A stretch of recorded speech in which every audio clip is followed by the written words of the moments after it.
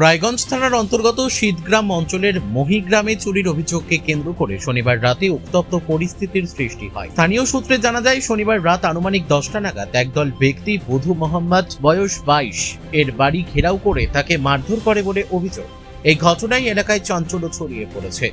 অভিযোগের তীর উঠেছে স্থানীয় বাসিন্দা সাহেব আলী, জাহিদুল ইসলাম, জাহিদ আলী সহ আরো কয়েকজনের বিরুদ্ধে। আহত বধু মোহাম্মদ রায়গঞ্জ থানায় লিখিত অভিযোগ দায়ের করেছেন বলে জানা গেছে।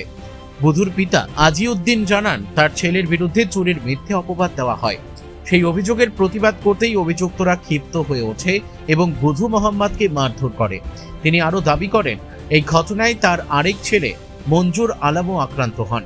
গুরুতর আহত অবস্থায় তাকে দ্রুত হাসপাতালে ভর্তি করা হয়েছে। বর্তমানে ডাক্তার পরামর্শে ছুটি হয়েছে।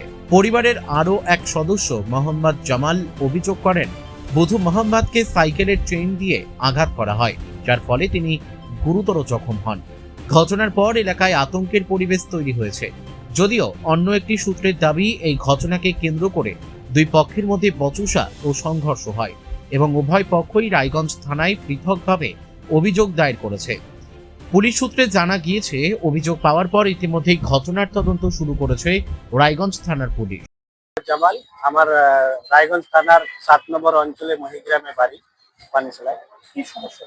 সমস্যাটা হচ্ছে আপনাদের গ্রামে মানে একটা পূর্ব ঘটনা ছিল, পূর্ব ঝামেলা ছিল। ওই ঝামেলাটাতে ওরা না করে ওদের দুই ছেলে বাইরে ছিল, বাইরে থেকে ঢাকায় নিয়ে আসে।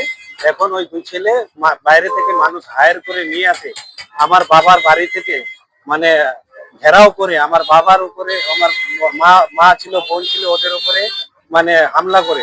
আমার বাবা যখন বাচ্চাতে গিয়েছিল তখন আমার বাবাকে লাঠি ঘষি দিয়ে অনেক মার। তারপরে আমার দুটো ছোট ভাই ছিল, ওই ছোট ভাই দুটোকেও মার।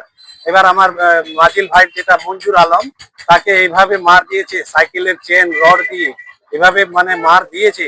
তাকে আমি রায়গঞ্জ মেডিকেল কলেজে অ্যাডমিট করাইছিলাম, পুলিশকে জানাইছিলাম।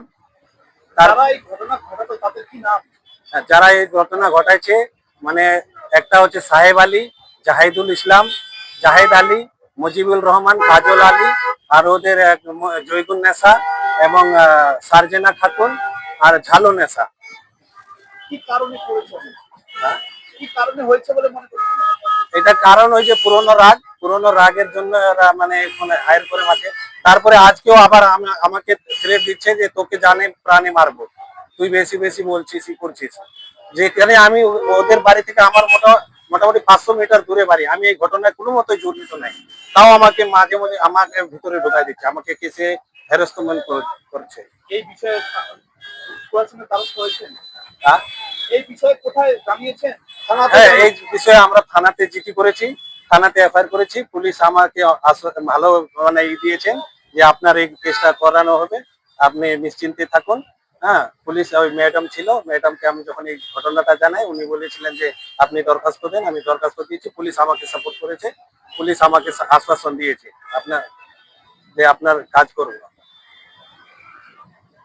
এই যে আপনারা থানাতে জানালেন, এর পরেও যদি সুবিচার না পান তাহলে কি করবেন আগামীতে? না, আমাকে যদি থানা মানে এই মানে এত বড় ঘটনা হয়ে যাচ্ছে, বারে বারে আমার উপরে অত্যাচার, আমাদের পরিবারের উপর অত্যাচার, আমরা গ্রামে বসবাস করতে পারছি না।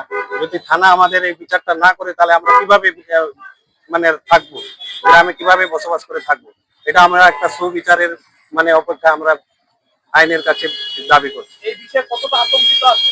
অনেক আতঙ্কে, আমরা বাড়িতে ঘুমাতে পারছি না শান্তিতে। রায়গঞ্জ থেকে রামকৃষ্ণ দাসের রিপোর্ট, কুলিক নিউজ।